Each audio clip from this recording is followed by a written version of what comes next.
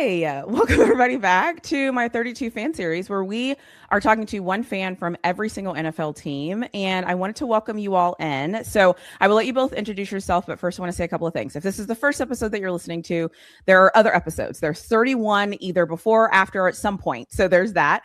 And then the other thing is this is our first conversation. And anytime I have first conversation with anyone, I like to tell people because we need to talk to people more often than we do. So I wanted to announce that. And then last thing I'll say, and then I'll let you both introduce yourself, is all of your information will be in the description. So any information you want me to add will be there so people can easily get to you, click the links, get whatever they want. They can find you very easily. I'll also add you as a collaborator. So having said all of that, I would love for you to introduce yourself.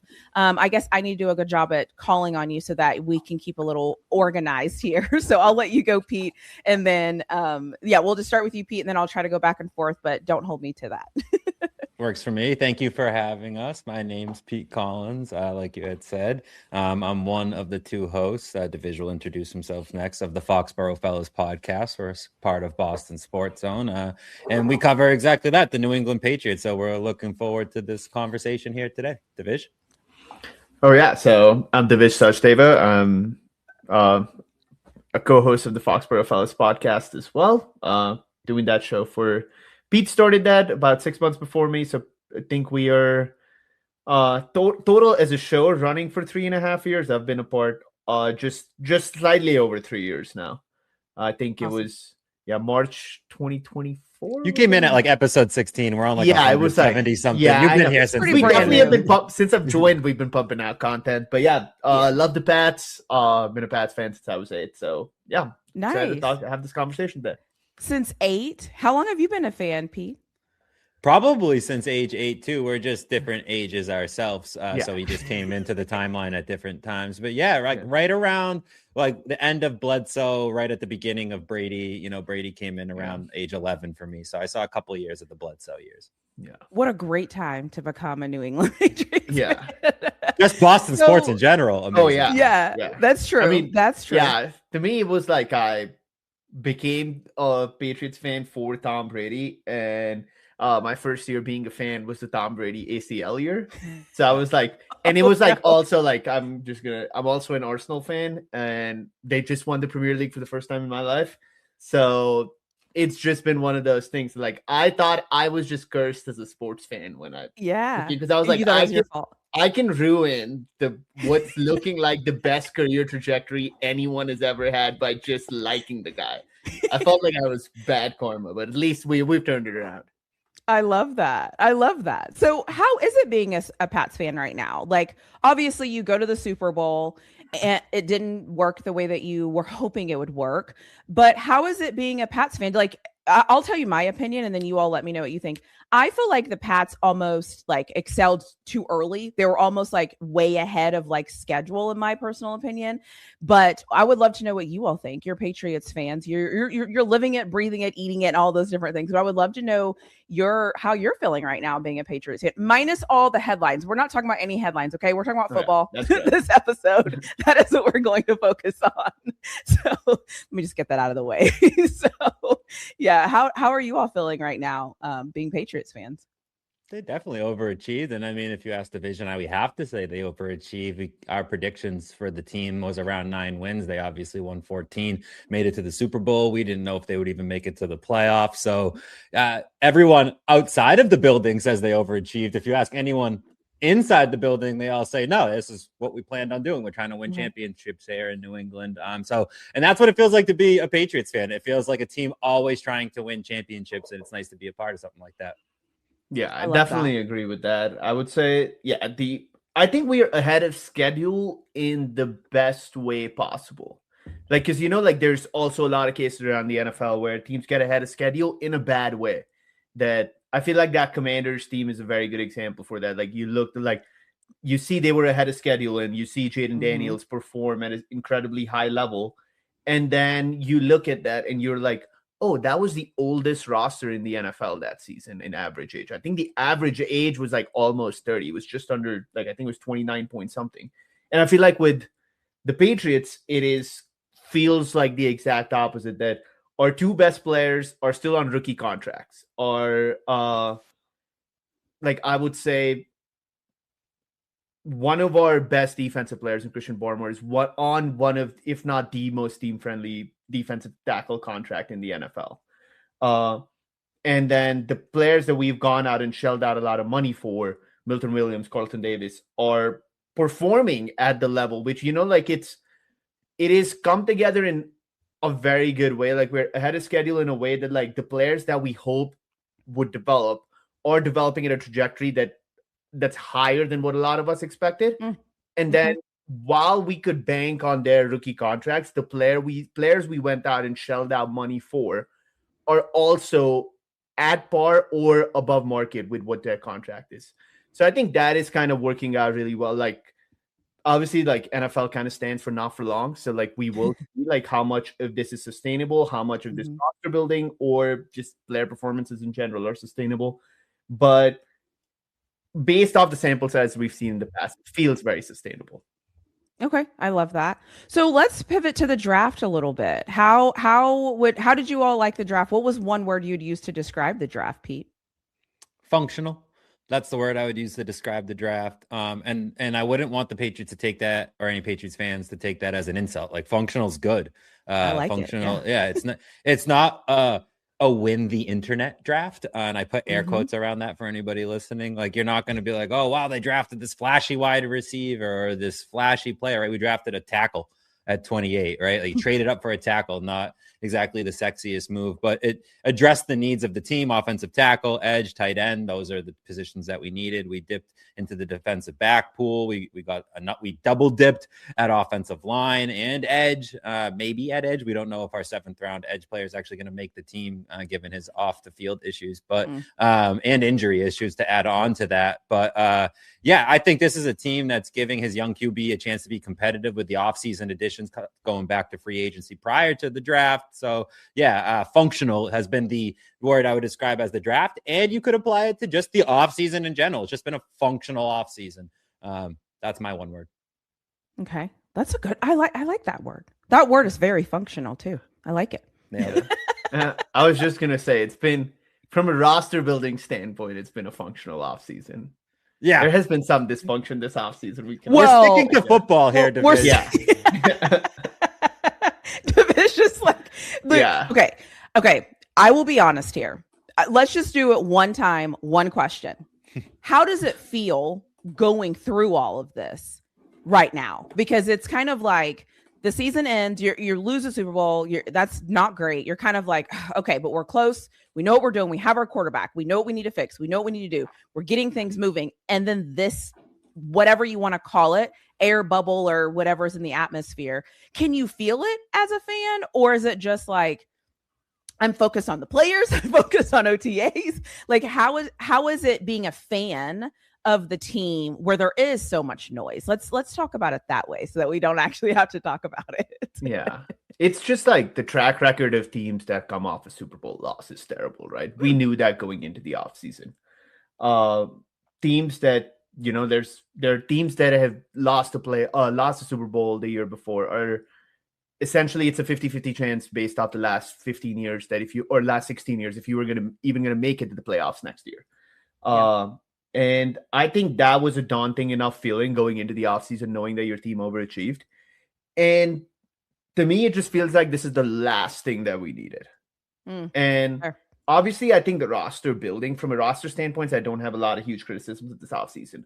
But the thing is, when a coach is so dependent on like this culture-oriented, organizational system, and the first time there's going to be some type of adversity this team faces in the season, this will be one of the first things that will be brought up, and this will be one of the first things that will be pinpointed, and this will be one of the first things that Mike Vrabel's questioned about.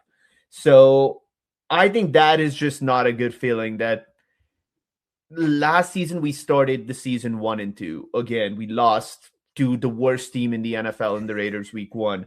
We lost to a Pittsburgh Steelers team that we made NFL history in that game. That always bring up this Bill Barnwell stat for that game, but there had never been an NFL game where a team fumbled the ball 5 times and lost all 5, and the other team fumbled the ball 2 times and recovered both.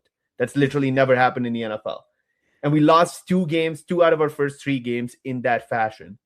And bouncing back from that and finishing the season 14-1 was incredible. And then going all the way to the Super Bowl was just absolutely, absolutely incredible. If you like this video, now is a perfect time to take a second and hit that like button and leave us a comment in the comment section below.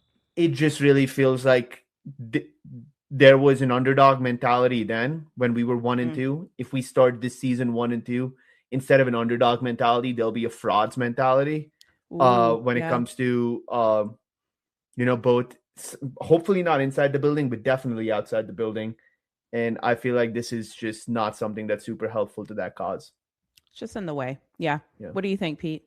Yeah, you asked us how we felt, and I think it's going to be a football answer from me, because I just, it's, what Vrabel did is bad, to harmful to his family, not a good thing to do. Everyone knows that, but like, this is like football, right? And like, does this threaten his job status? No, it doesn't threaten his job status like at all. So, all right, back to football is kind of the Patriots. I think fans, like, if you guys want to talk about it in your spare time, go ahead. We have other things to talk about, like how thin the linebacker room is. Like we have like football to talk about, stuff to discuss. If you want to sit at the children's table and talk about children's things, go ahead. We have, adult conversations to be had. But speaking of adult conversations, like one of his players messes up, how is he going to have that adult conversation? How does he sit down a player and mentor them when that player is looking at him like, this guy's talking to me about accountability? Who are you, dude? What did you say to your wife? There's there's going to be some issues around that. And that's what I think I would rather talk about is like, how does he navigate those conversations? Is he the disciplinary this year? Or does he have to, is Terrell Williams kind of have to do that this year for him? Cause like, it's weird if he has those conversations. Like, does it change his way that he coaches? Does it change his bravado? There's been rumors around that he doesn't walk around with that chest out kind of, trash talking mentality. He needs that. Yeah. That's his MO. And I think that's what that is one of those things that he is just, it's an innate quality. And it's just one thing that he's who he is. It's who he is. And he's actually really, really good at it. And I think that is what a lot of players like these, there's this constant like battle between like, once you've been paid, how do you stay motivated? Right. Like when that $25 million signing bonuses hit, what are you doing now? What is there to work for? And I think Mike Vrabel is great. And he's been great at getting the most out of players on their second contracts that going back to Tennessee. And I think that changes here, I won't say that changes here. I would say that could change here, which is a scary feeling. Depending. Yeah.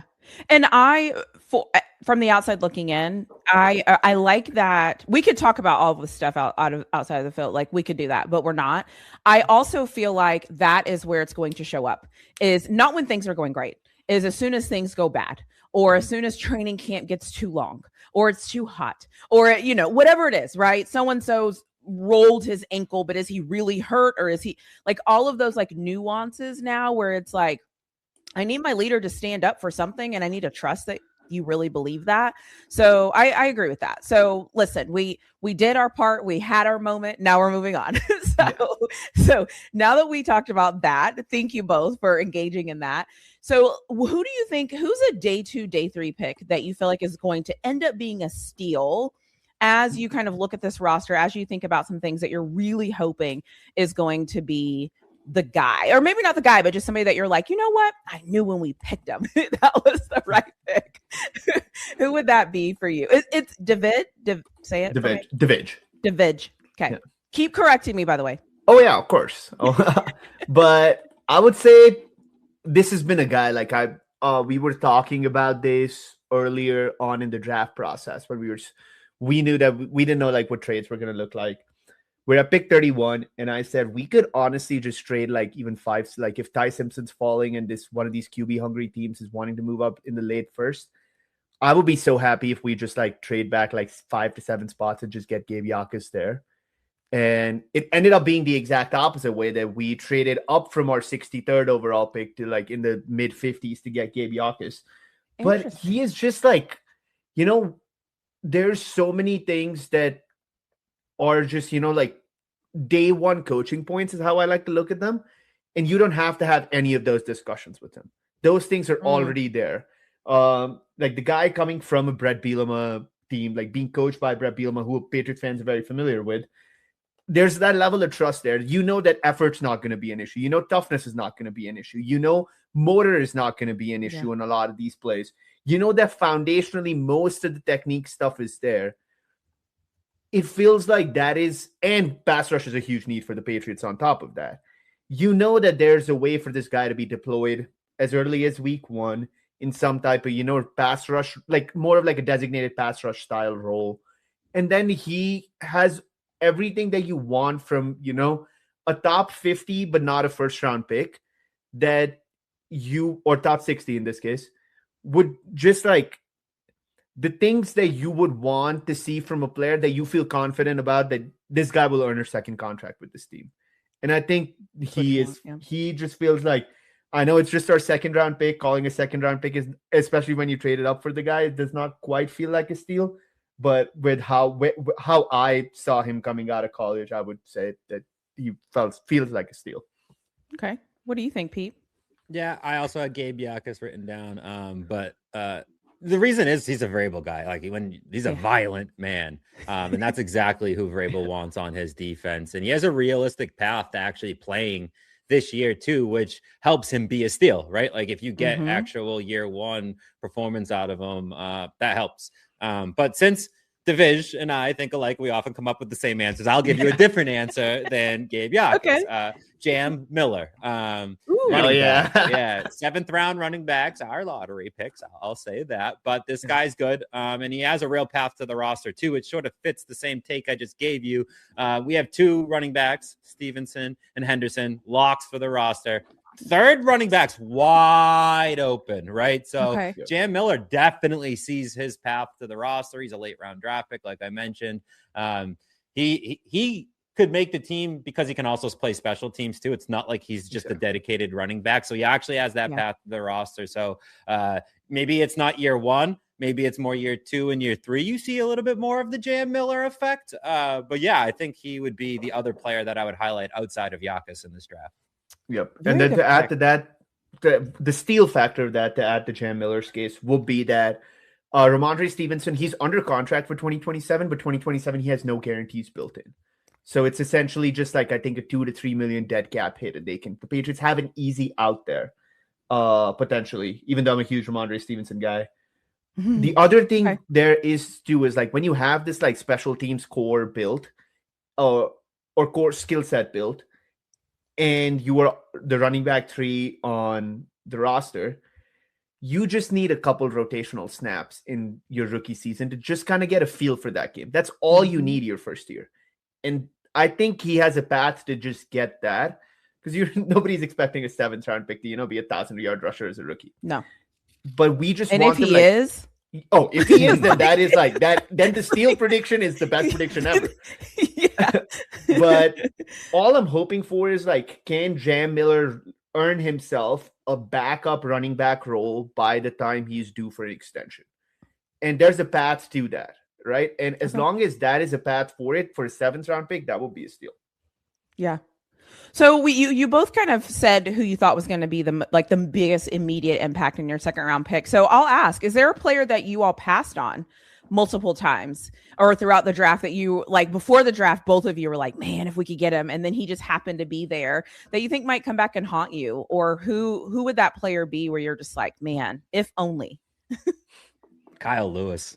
Yeah. Kyle Lewis, linebacker out of Pitt, drafted by Miami, I think. So going into round 4, day 3, we didn't have a pick in round 4, and our pick in round 5 was at the tail end. So I'm sitting there watching the draft as a Patriots fan going, they're going to move up probably in a significant way, as significant you can at that point in the draft, considering what capital they have and what it would cost, right? They're not going to go up 80 picks or something ridiculous like that, right? So, but I thought they would go up at some point. And Kyle Lewis is kind of hanging out there on day 3. And I thought at some point they were going to do that because they do need a linebacker.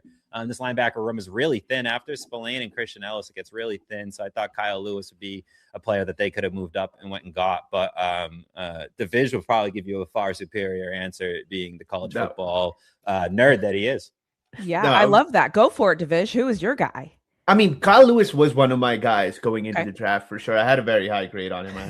I had a top 100 grade on him. So yeah, I mean, it was kind of weird that he fell that far too. That is like one of those things, you know, like there was probably some type of information that only the teams are privy to, whether that's medical history, whether that's something behind the scenes that made him fall. Because from purely like as a fan, you can only watch film to a certain degree to be like the judge of players. It's only what's on the field that you could judge. So that, but like from an on the field product, Kyle Lewis definitely feels like a miss. The other guy, which is more so like what the Patriots needed and what they kind of passed on, was Bobby Jamison-Travis out of Auburn, defensive tackle. Interesting. Okay. You went to Giants, and to me, it was more so that like, you know, for a team that is known for their two spearheaded heads at defensive tackle in Milton Williams and Barmore, we love running three defensive tackles from. Yeah. And we lost our guy, Kyrie Stonga, in free agency. And there's just been this like implicit suggestion since then that Corey Durden, who was, you know, an undrafted, or he was a waiver wire pick last year, is just going to take that step forward. It's just kind of has been that implicit suggestion, which to me is like, obviously Durden had some good snaps last year. So you hope the guy develops into that, but pushing all your eggs in that one basket was not just something that I was completely comfortable with. And between nose tackle versus your cornerback 5, to me, it felt like nose tackle was a bigger need. So that's why I would probably say Bobby Jamison-Travis, who, again, going to the Giants. Giants are projecting him as this like after rookie camp, there were like Giants beat writers saying that like Dexter Lawrence who, and I'm like, okay, you don't have to like. It felt like they were rubbing it in, But yeah, I'm like, okay, maybe not that far, but I think he could have been a productive player early on in his career. Okay. So let's talk about the team a little bit. Now, we know what happened last year. We know kind of where everything is as of today. What would success look like for you, Divish? Are you thinking like we have to go back to the Super Bowl? Or are you kind of like, I'm not really sure what success is going to look like. You need to kind of see what it looks like. So to me, success, I hate putting like, you know, a certain win number or a certain like barrier in the playoffs, like these many playoff wins or this playoff round. I think I have drawn up success for this season into 3 essential spots here. Obviously, like I think Drake May took a massive step forward and the offense was building, you know, like Josh McDaniels was getting into his groove. But the first step for me is, can the offense get more diverse? Because a lot of our run scheme was like, we were so dependent on running gap scheme just because that's what our players fit. Not so because that's exactly what was the best play to call in certain situations or against certain fronts. So one is just, can the offense get more diverse? Can we actually expand the playbook in a way that we can adjust more on offense within games? I do think they have built this running, or at least tried to build the trenches that way. We get a good blocking tight end in free agency. We go get a designated fullback in free agency. So I think the steps are there for that, but that would be the first thing for me. The second thing, I think this is just like, I think more than half the NFL fan bases you would interview in this process would say this, just better pass rush. You need to improve on pass rush in the NFL except for the Titans, or the Texans. Oh yeah, the Texans, they're the ones. Like, and it's also just like, on top of that, they have this like stud defensive head coach, like D'Amico, just like makes the best adjustments at the. It's just like a little annoying. Yeah, it's gross. But I would say just like being able to get pressures of the edges, because we were getting a lot of pressure in the playoffs, but a lot of that was designed to come up from the middle, and a lot of it was designed quick pressure. Yeah. Okay. So I want those to be in positions where those pressures are actually turning into negative plays. Because we saw in the playoffs that those pressures only really turned into negative plays against the Texans, because CJ Stroud had a turnover issue in that game. But we weren't really forcing the opponent to stay behind the chains for long enough. So that would be my second thing there. And then the last thing would just be, I need to see some development from these younger skill players. Whoever that might be. If Travion is taking that next huge step forward and progressing to like a top 12 running back in the league, I'll either want to see that. If Kyle Williams is, if everything about Kyle Williams, like putting on this extra weight, like having a true dedicated NFL offseason is true, I would want to see him, like he had 200 yards and I think 3 touchdowns last year. Can he get closer to that 500-yard number? And then you're looking like at the end of year 3, this guy is like a no-brainer extension, right? Can Kyle Williams take that step in the right direction there? Similar on the defensive side, Craig Woodson had a very impressive rookie campaign, but can he propel himself into, that like upper echelon of like top 20 safeties in the league? Not just like, he's a plus, like can he develop from a starter to a plus starter? So that is like what I'm saying. So younger player development, pass rush improvement, and offensive playbook expansion will be the 3 metrics I judge this season's success on. Perfect. Pete, what do you have? Give me your 3. No, I'm just kidding. What are you thinking? I'm thinking, so I predicted the Patriots to get 11 wins this year. So if they did that, I would say, well, they met my expectations. So therefore success. Like that's the easiest way we can summarize success, in my opinion. But then that means making it to a playoffs. Once you're in the playoffs, you need to win a game. And once you're in the playoffs and after you win a game, if you're going to lose a game, it needs to be a hard fought game that both sides of the ball participate in. Because what we saw last year out of the Patriots was only one side of the ball really participate in those playoff games. And that's what dragged them throughout the playoffs is one side of the ball. But how they got to the playoffs was frankly one side of the ball sort of dragging that other side of the ball to the playoffs, right? So what I want to see this year is a little bit more parity. Like, let's not drag each other. Let's pick each other up. Let's look at it from let's have a paradigm shift here when it comes to this team. Like, the offense had a couple 3 and outs. Defense, turn the ball over, right? Defense, hey, you just let up a score. Let's go back and answer on offense then. Like, let's have some parity amongst this team. Let's look more complete as a team. Because I don't think we're going to have more wins or we're going to have more success than last year, right? So there needs to be a different measuring stick of success. This team will be a better team, in my opinion, than last year, but it won't reflect that in the score the schedule, the final outcome, wins, losses, right? Like we'll have, I think, 11 wins, 3 less wins, maybe 1 playoff win, which is inferior to last year, but that might make me feel better than last year. I might be looking at this team going like, wow, that team looked way better. I'm really looking forward to next year of Drake May and the next year of third year of this coaching staff being put through, like a second off, a full off seat. I'm really looking forward to the future, I think here, not so much like 2026 should be exciting football season for the New England Patriots. We're a legitimate team. We should be in the playoffs, right? But the expectations I think can't be where we ended up last year. For sure. That's respectful. I appreciate that. Which position group worries you the most right now, Pete, that you are kind of looking at this team and you're like, man, everything looks good, but this area, we really need to do something here to make this look a little better? It's the front 7, and then I'm honing in specifically on the linebacker and the edge depth. Not so much. I mean, who did I eliminate there? The defensive tackles, because I'm very confident in the defensive tackle group. Although I will say, to Divish's point, there's a nose tackle issue on this team, right? So they're not completely void of defensive tackle issues. So, with that being ranking 3rd, linebackers ranking 1st, and the edge ranking 2nd, though, boom, boom, boom. Those are your issues there with the front 7. So wide receiver is always going to be an issue, but I think we might have a solution to that in like a few weeks on June 1st around 4:01 p.m. I think we have our incoming solution to wide receiver. So wide receiver, passing options for Drake May, check. Running back room, check. Run blocking improvement, check. O-line improvement, check. Defensive back group, top 3 in the NFL. So where are we weak? Front 7. And it's not just like the drop off amongst all those spots. I feel like you have, you're kind of very good. And then you get to the front 7, you're like, oh, you're not as good there. Like, I think that needs to still make a player still might need to come in and add to that linebacker room for it to be complete. But Draymond Jones and Harold Landry holding down the edge. You wonder if they're going to get enough pass rush. You wonder if Landry's going to be healthy enough. I think there's lots of worries outside of Christian Barmore and Milton Williams and Spillane. And Spillane. Shout out to Spillane. Yeah. Divish, what you got for me? Yeah. Where do you think? Go ahead. I completely agree with linebacker here as well. And I think I love Robert Spillane. He's such a high motor player, but with the high motor sideline to sideline linebackers, he's like our only true guy who can play sideline to sideline. And he's going in his age 31 season. So it's not like the best position to be in.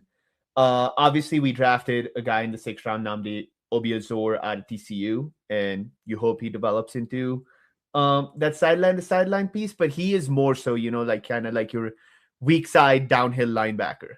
So to me, it feels like the Patriots are still not done it. The linebacker room would not be the same that goes into training camp as it's structured today. So I think there will be another. I think there will be another free agency pickup of some type of like low market veteran free agent to bring in on like a 1 year, $4 to $5 million contract. That will be like your designated linebacker 3. Gives Obiazor a little more time to develop, but you still need a little bit of like for a 6th round rookie development trajectory. You need him to be really on it, even in that case, which is not the best position to be in, because rookies go through their lumps. It's like thinking about it kind of this way, even with the NIL stuff, it is really like their first real job. Like I was like an idiot when I first got out of college, like working a job, right? So there's stuff like that there's that maturity aspect to it as well about being a professional. So while they're navigating all of that, you don't want to put too many eggs in their basket. So I hope that there's that free agency move. But yeah, linebacker would probably give me the most if. Okay, fair. Where do you think this team has improved the most from last season, Divish? I mean, I think again, this is pending that all air traffic from Philadelphia to either Providence, June Rhode Island, or Boston is working early June.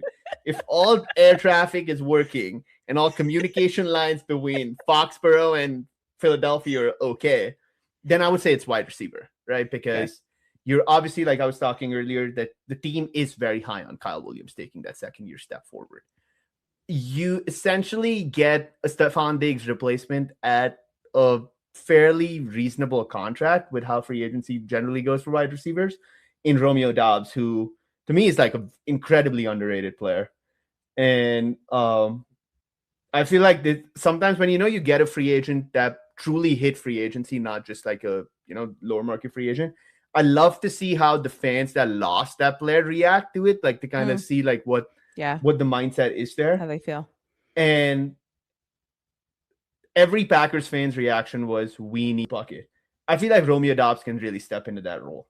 And then finally, like I feel like this is the first time in Drake May's career where he's going to have that prototypical X alpha on the perimeter in AJ Brown, which I think is super exciting. So I would go wide receiver. Okay. What about you, Pete? So it's May 22nd, so I'll answer it. It's May 22nd. The safety play improved. The offensive line improved. Okay. But my answer is the overall run blocking ecosystem. That is what has been most approved about this New England Patriots team. And I think will have the biggest effect on this team. There's no bigger improvement overall, like no bigger leap any one segment of this team will take, I don't think, than the run blocking ecosystem. And why I say ecosystem is now we have Reggie Gillum, actual top tier fullback leading the way. That's going to be a stark improvement that we actually put attention and use that position since we've dedicated such a player and asset. Add on Hill, the tight end, the blocking tight end we added. Last year we had Hooper as our second tight end. Not a good run blocking tight end, right? So we improve at the. Uh-oh. Did he freeze on your end? I think we might have lost Pete for a second. Okay. He'll be back. Yeah. I believe in him. Yeah. there he is. I'm back. Yeah, Where did I go? Where did I started getting a spinny wheel, so I knew that I lost you at some point. Where'd you lose me? I can go back into. You were talking about your new tight end. Yeah. Oh yeah, Hill. Hill. So when you combine a fullback, when you combine it with Hill, and you combine Trevion Henderson having a full off season now that he's no longer a rookie, Stevenson had the loss of his father, the loss of his best friend, and some just pure emotional beginning to his season. Then the fumbles hit, and he was kind of crying on the sidelines, because it was too much. It was a lot going on last year for the running back room, and then the offensive line as in general just has improved. We've moved Wilson from left guard to center back to his natural position. Elijah Vera Tucker's an upgrade at left guard. Wilson's obviously upgraded the center position. Will Campbell has his second year to build on. Morgan Moses and Onwenu on the right side are one of the best right sides of an offensive line that you can possibly ask for, really. So I think this offensive line's improved. The fullback position has improved, and the tight end position has improved from a run blocking standpoint. I think that that will help complement and help Drake May continue to progress, knowing it's not all on his shoulders like you saw in the playoffs, where it was either him running the ball or him passing the ball more often than not. Yeah, that's not the recipe for success right now for him. Like, that's need more parity. Yeah. Let's help him out a little bit. So, okay, what will this team do better than most teams in the NFL this year, Pete? It's what they did better than most teams last year: preparation, coaching. But this year they have continuity. And then lastly, I'll say quarterback play. We have one of the best quarterbacks in the league. We have one of the best coaches in the league. We're coming off a year where our coach won coach of the year and our offensive coordinator won assistant coach of the year. Like, everyone just kind of clear out of the way and give all the Patriots coach all the awards. And then there's people, if they had more awards to give coaches, we might have had more awards. And if they gave awards to executives, you might have had awards for executives on our team too. So, like, I think we're a well-run organization with our CEO, Mike Vrabel. So I think that we're a very well-run organization. We have Terrell Williams sitting around as assistant head coach. Like, there's a head coaching candidate right there. Like, that's a very good coach. We have head coaches as backups, as our offensive Doug Marrone still around. You know what I mean? Like, we have these coaches in our depths. Thomas Brown. I can keep going on with these guys that nobody will know unless you're a Patriots fan, right? But, like, we have lots of good coaches on this team, and we're always prepared. And we make the right decision on challenges, reviews. We use the booth well. Like, we're just a very well prepared team. I like that. That's a really good answer. I don't know if anybody has said that besides maybe my Kansas City Chiefs fan. I was going to say the Rams, maybe. I'd say the McVay team. I think I might have gotten a similar answer. Yeah. I think those are the only two Chiefs that I can kind of. Chiefs. And I feel like the Eagles. I feel like he might have said something just about like Howie Roseman and like kind of how he manages just the team and how it feeds into the team. For sure. We like Howie. So, too. anyways, yeah. He'll take a second round Howie, pick if we ask nicely. Yeah, shout out Howie. I love that. I just want to say, if all of this happens, I will make sure to clip that piece specifically and have that be one of the clips that I put on social, because back to where he just said, like, we're assuming the Philadelphia to New England flight is working, like, we need all of that. So just know, when, if, whatever it happens, that is going to be one of the clips I use to promote this episode. So just letting you all know right now. So, Divish, what do you think? What do you think it makes you all, like, you do better than most teams in the NFL? I mean, the caveat there being most teams in the NFL, it starts with quarterback play. And I think that is one thing that do y'all think he's top 10? I think he's top 6. And I'm pretty comfortable saying that. Yeah. I think there's a case to be made top 5. I just still don't like counting Joe Burrow out. That's the only reason I put Drake May at 6. But I think there's a discussion there to be had as well. You wouldn't have any argument from me. Yeah. I still think like the Josh, Mahomes, and Lamar tier, I still value that tier a lot more purely because of what those guys have proven. But I think I still put him in the same tier as Stafford and Burrow. He's just like, I would probably say in the back end of that tier for me. But yeah, that's how I would tier the NFL quarterback. So are you saying Allen and Mahomes are in their 1, 2, whatever they do? And Lamar. And I would still put Lamar in that tier. Lamar. And then you're saying after them is Stafford, May. So Stafford, Burrow, and May. Yeah, I think those would be in that. Like, so they would the Mahomes, Josh, and Lamar tier would be the S tier. I think Drake is an A tier quarterback for me. And I think it's just like so much of it came down to like the playmaking aspect of everything, that so many of his, if you watch his highlight reel, obviously there's that, like, like rolling out to the right sideline throw to Stephon Diggs and at night game in Buffalo that was trending. But the thing was, so many of his highlight reel plays were in structure when the structure broke down, but he stayed in structure, found a way to maneuver through it, and made a play. And I think those are the qualities that just that is the thing where, like, I think that is so much more valuable than any other quarterback trait for me. And I think it is that when it comes to, like, I hate to say this, but like, there's a point where the quarterback becomes the structure. Like those are what those 3 S-tier quarterbacks are. Yep. And he is on that trajectory. So I think that is, and he did that in his age 23 season. It was unreal to watch last year. So you only hope that and only expect he's going to get better. So it starts with quarterback play. I think from a coaching standpoint, I think the first thing I want to go with is like game planning. I think game planning is one thing that the Patriots do a lot better than anything. Yeah, right? I would agree with that. Because the one thing with that is that last year was not the most talented roster they could have had, right? You had Elijah Ponder, who was an undrafted free agent rookie, get 2.5 sacks in the playoffs because he was deployed at the right team at the right time. Another great thing was Mike Vrabel knew that Chargers don't have like a true 2-minute drill. They kind of run this like pseudo 4-minute drill even late in the fourth quarter. And as soon as the Chargers substitute, Mike Vrabel never substituted one guy off the defensive line. He had 4-man rotation substitutions prepared for that defensive line. So substituting 4 guys takes a lot more time. Chargers just snapping the ball with like 6 seconds on the clock, 4 seconds. And he had those guys lollygagging on and on. Oh yeah. So there's those things that, and I think those things that there's that game planning and preparation aspect of it, because we know that like Vrabel is not going to, use a lot of disguise in the secondary. He's not going to design a lot of exotic pressures on the front end, but he's going to have his guys get prepared and he's going to call the right, or from top to bottom, every coach, from an assistant coach to the guy making the play call, are going to be aligned on whatever the play call is. And I think that is what we do better than most teams. Okay. And I have to be honest here because I'm not a Drake May guy. And I know if I don't say this, people are going to be like, you said.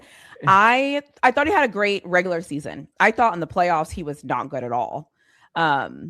So he was almost like not helping the team, but he didn't, whatever. There's a couple of reasons why the Super Bowl didn't go the way that it needed to. I don't think he helped his case, but you could also say the whole offense really didn't help him either. So I just wanted to verbally say that out loud because I hate those people that like say one thing and then somebody gets in front of them and they're like, I'm not going to say the thing that I said months ago. I'm like, nope, I'm not going to be that person. But if you all are right and he's on the right trajectory, because you would know way more than I would. I'm sure you watch him way more than I ever could think of. So I think it's going to be interesting to see him this year. So, and I'll take your word for it. Like if a better Drake May is naturally just going to make that team better, like just naturally. So, anyways, I just need to say that because I'm an honest person. So I just wanted to make sure that I wasn't that person. Okay, so this is the fun round. You can answer this question fast or you can give me an explanation if you want to. Pretty sure what you're going to say for the first couple of questions, but here we go. So your quarterback confidence on a scale from 1 to 5, 1 being get this guy out of here immediately, 5 being I want him to stay as long as he wants to stay. What would you say, Pete, for Drake May? 4.5. The half-point reservation is the big game jitters that we just alluded to. Not a good playoffs, and we've seen it in big games. Just in general, kind of comes out even in regular games. It kind of comes out, airmails a couple to start the game. Might look like he needs to calm down a little bit more to start the game. That's what I want to see in year 3. If he comes out and is just nails in big game and plays like he did last year, this guy's getting a 5 for me the next time you ask. Agreed. Fair. I could say 10 for this answer. He's to me, he's like I don't think I could be more confident in my quarterback. I'm just gonna quote Reese Davis. It's just like I'm done with the Drake May blasphemy. This was the story of the 2024 draft. I went in with this mindset. Whoever was going to get Drake May was going to win that draft. I think the Patriots won that draft. I think Drake May is the future face of this league, and I think he's gonna be in the MVP conversation as long as he's healthy. Okay, cool. Quarterback trust level, coaching staff trust level from 1 to 5. Davish, you take this one first. I would go 4 here, primarily because of the defensive coordinator situation. So last year we did not have a true defensive coordinator because Terrell Williams obviously had a very unfortunate battle with cancer, which great news that he succeeded that, came out of it on the right side, and now he's back with the team as an assistant head coach and defensive line assist, or like just, he's just defensive line is what he does. He's going to do a great job doing that. But there's still, you have a first-year defensive coordinator in Zach Kerr. We know that Mike Vrabel has been great at, these singular game plans, which is what alluded to a lot of the success of the defense in the playoffs. But, that consistent schematic organization against, these high-powered offenses that we're going to face this year. How much of that is going to translate when you have to make those game plans like 18 times as opposed to 4 times, right? Yeah. So I think that is just something that I would be concerned about. I think we talked enough about the Mike Vrabel situation. Obviously, there's stuff there, but I think from a football standpoint, I have no doubts in his ability as a game planner or as an organizational leader. The flip side of that is where my confidence has increased from last year. I was happy with the Josh McDaniels hiring, but I was like, we know he's at worst case, he's going to be a 3-pitch pitcher and he's going to go pitch those 3 pitches well. But he still he looked like there were essence of it, to make another baseball reference. You were just like, is 2018 DeGrom still in there? Can that happen here a little bit? And towards I think that Baltimore game in week 15 in Baltimore on Sunday Night Football was one of the prime examples for that there were such bad play from the offensive line in that game. And it was literally just Drake May and Josh McDaniels carrying us to victory. So I think that is, I have increased confidence levels in Josh McDaniels this year compared to last season. What do you think, Pete? What number would you get between 1 and 5? Coaching staff, trust level? 4, a full point deduction for your off-field antics, Mike Vrabel. I cannot, what are we doing here? Yeah, what more could come? What more could come out? People keep saying, wait to see what more comes out. I kind of am a little is there more coming out? Do I have to not trust, my coach here? Is there going to be an issue going on? I don't share Zach Kerr point deduction that Divish gave to the defense. The reason is I don't think it's his first year being the defensive coordinator. I think of it as his second year being the defensive coordinator and actually look at it as continuity for the defense with just a sprinkle of a bonus of Terrell Williams being back. So I look at it as an improvement on the defensive side coaching. And then Josh McDaniels had my confidence, but with the same questions that Divish had, can he do it again? Prove to us, yes, he can do it again. His bag is very big still, and he can dip into it at any point, and he proved that. So just more confidence on the offense, more confidence on the defense, and then what the heck to my head coach. But from a football perspective, very confident in him, but he needs a point deduction. Yeah, he does. So I'll give you that. So who do you think is going to carry this team this year? Offense or defense, Pete? I spoke about it earlier. It can't be one side carries the other. If I'm answering this question, I'm almost admitting that this team is getting carried by a side of the football, right? And I don't want a side of the football to carry the team. Fair. But I'll answer your question because I'm a good guest. It's the offense. The offense should carry the defense if it's going to be one of the two that are carrying each other. We saw the opposite of that in the playoffs, right? So if you were just a national football fan and you just tuned into the playoffs and that's your scope of the Patriots from last year, you're like, this guy's an idiot. The offense looked awful and the defense was brilliant. This guy has no sense about him, but that's just not the total picture. That's not the overall package of what we're working with here. The offense should be good. I would trust us more in a shootout than a defensive square off with another team. If they had a top defense and we had a top defense, I'm the Seahawks, week 1, I'm a little nervous because I think defenses come out more prepared than offenses do, and they have a superior defense to us. So but when it comes to offense, I think our offense smokes most offenses. We were second in the NFL by all metrics, if not first by most metrics as far as offense goes. And I expect us to at least be in the top 5, top 10 in those metrics again. Are we going to be 1 and 2? No, we don't have a cupcake schedule this year, right? So it's not going to look like last year. But I think if I was to pick, I'd pick the offense. Okay. Love it. What do you got for me? Oh, go ahead. Sorry. Yeah, I approached it a similar way. We obviously don't want, we want a, very successful team, so we cannot have either side carrying it. So I approached it more so as which unit is more likely to be a top 5 unit at the end of the season.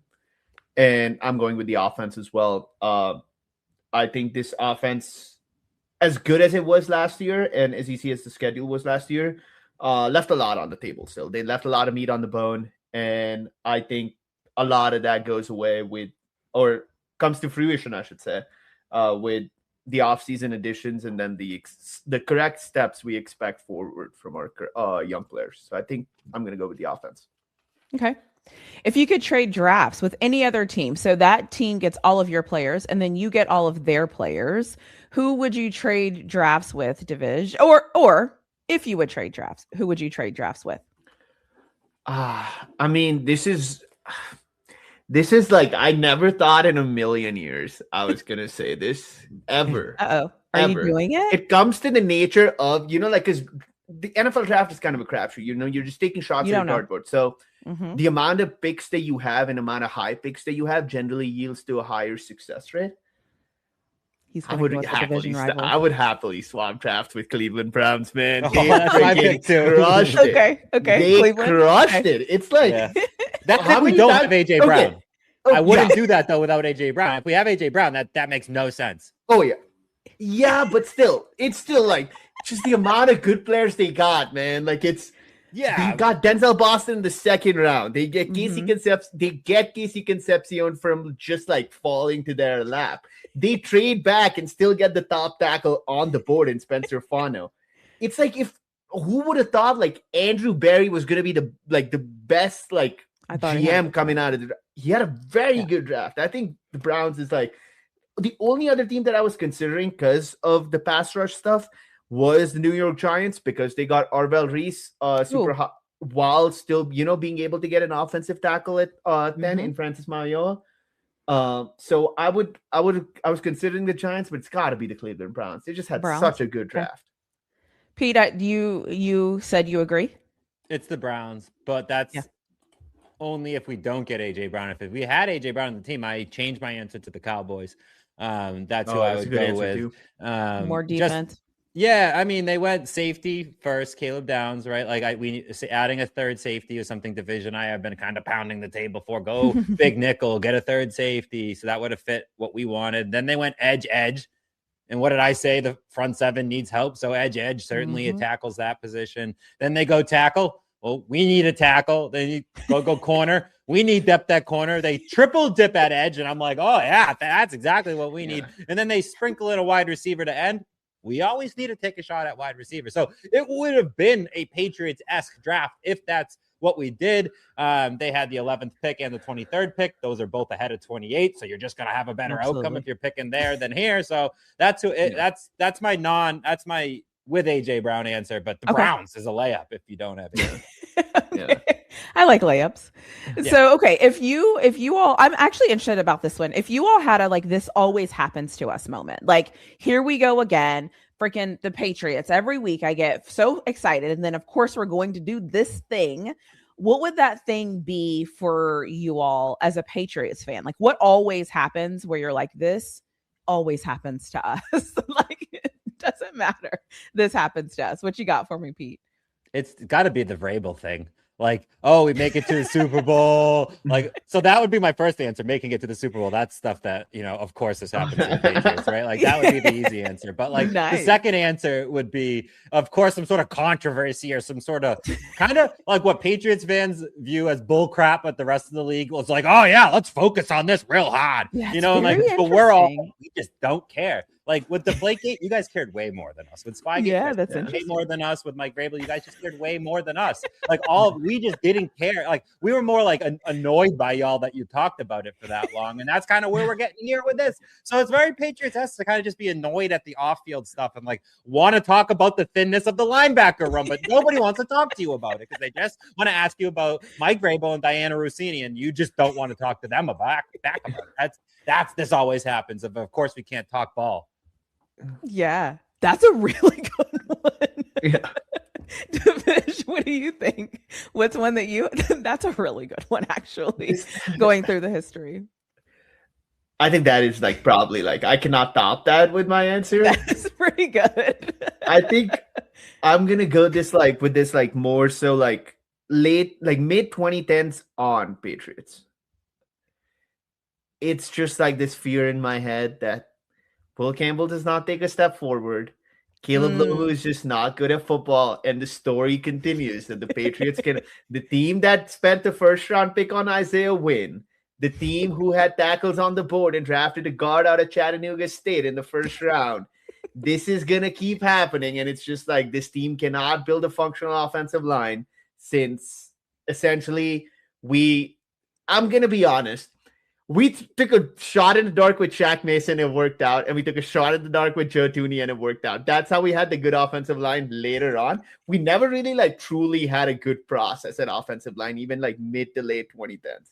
That is my biggest fear. Might be the thing. On top of that, if like Elijah Vera Tucker, obviously like great player, but has an injury history, that is like my biggest concern. And it will be, this is the Patriots all over again. That you had everything in place and you could not put an offensive line together. Okay. I think that would probably be my biggest concern. Those are two really good answers. I love it. I love it. So, okay, final question. If you could talk to, let's just open it up. If you could talk to anyone in the NFL or anyone on your team, so whether it be the coach, the owner, a player, who would you send a message to? I didn't prepare you to open it wide up to anybody in the organization, but if you could send a message to anyone in that organization division, I'm kind of stalling a little bit here because I'm just talking so that you have some time to think. If you could talk to anybody in that organization, you could send them a message, you could send them an email, you could send them a text, whatever it is. What would you say to them and who would you send it to? I would probably, there's a couple of answers in my mind. I think we've touched on the Mike Vrabel stuff enough, so I'm not going to go there. My first message will just be like kind of a two-part message, same message to two different people. Robert Kraft and Christian Gonzalez. Robert Kraft, the message would just be, you do not land all-pro corners. Like every all-pro corner you look around the league, the team, it's a homegrown draft. You don't get all-pro corners in free agency. Go pay this guy. He is like, I still think he's the second best corner in the league. I still don't think, like, still great Patrick Surtain higher than him. And I think Surtain is just in a tier of his own. But he is in that same tier to me as Derek Stingley. He is in that same tier to me as Sauce Gardner. You either go out and give 2 first-round picks like the Colts gave up for Sauce Gardner, or you draft Derek Stingley incredibly highly and then pay him. Pay the guy. He is worth every penny. And it's one of those position groups, they just don't hit free agency. Yeah. And then the flip side of that, Christian Gonzalez, is there's just no other organization in the NFL like the Patriots. They're going to make you the highest paid corner in the NFL. If that's what you're looking for, I think they will do it. I will send another text to Kraft and be like, dude, do it. And I'm like, if you're getting a market resetting contract, just sign it, dude. Like this is truly like, it is a one-on-one organization. Like there's, I hate to use myself as an example, but like literally there's like kids growing up like 10,000 miles away from Foxboro. And the only reason they love football is the Patriots. Just there's no other organization in the world, like at least in American sports, that has that impact. Just sign the deal, man. Sign it. Just sign it. So that would be my split message to. Okay. Yeah. All right. What you got for us, Pete? Yeah, it's very similar. It's message to Mike Vrabel, to Robert Kraft, CC Elliott Wolf, pay Christian Gonzalez this year, and then Drake May next year. Christian Gonzalez needs to be extended this year. And the reason being this year is because next year is Drake May's year. It's after year 3 for a quarterback. It's his time to get extended. If you look at the track record of when quarterbacks are due their extension, it's after year 3. So it would be disrespectful, in my opinion, to not do it. Patriots don't have a track record of early extensions, Gronk being the last one. So you kind of have to go all the way back there to get an early extension. So would they do it here? They should do it here, and they'd be wrong not to do it here. And you have to do Gonzo this year because you're not going to extend Gonzo and May in the same offseason and be able to have a good offseason. So that's really why Robert Kraft's on this email chain, because like you have to think about how you're going to dole your real dollars out. Like forget about the cap for a minute, like your real money that you actually have in your pocket. You have to dole a lot of that out if you're doing that, put a lot in escrow for all the guaranteed money that you would have to do. So because like if you think about the amount of guaranteed money, that has to go in escrow. It's not like so he has to actually spend that money right then and there, Robert Kraft. Sure. So and especially like with the cap stuff, a lot of them, like teams, when they do these multi-year extensions, they're like, let's pay the guy a lot of money right now, so the cap sheet stays healthy for the next 3 to 4 years by converting that money into a signing bonus. Robert Kraft, do you want to pay like $50 million in signing bonuses next year? Probably not. Split that like 20 and 30 over 2 years. So that's also call. Something. Yeah. Okay. Awesome. Well, that was all I had for you all. So I will just say thank you for coming and chatting with me, responding to my email. You didn't know me from anyone. So I just appreciate the engagement, you all being here, being willing to talk to me. And I appreciate that we could talk about Vrabel enough to just let it go and let it die, because I feel like so many times it's over talked about. It's over everything. It is what it is at this point. So we'll do it. It's going to be what it's going to be also. So I just appreciate that as well. And then, like I said at the beginning of this, all of your information for both of you together or independently or whatever you want me to put will be in the description box. So if anybody is interested in finding you, how do they find you, all those things, I will make sure that I provide that so that it's very easy for everyone. And then other than that, you all will close this out. So whatever you want to say, whoever wants to go first, second, it doesn't matter to me. And then whenever you're done, I will just hit the end button. Go ahead, Divish. So, close out, right, Jen? So to kind of give you some context, we do closing thoughts in our thing, and my closing thoughts are just generally about Georgia Tech. So I'm not going to do that. Nice. No, Georgia do Tech it. update. No, you need to do it because just so you know, like for context, I watch Colorado. I support Colorado. I support Coach Prime.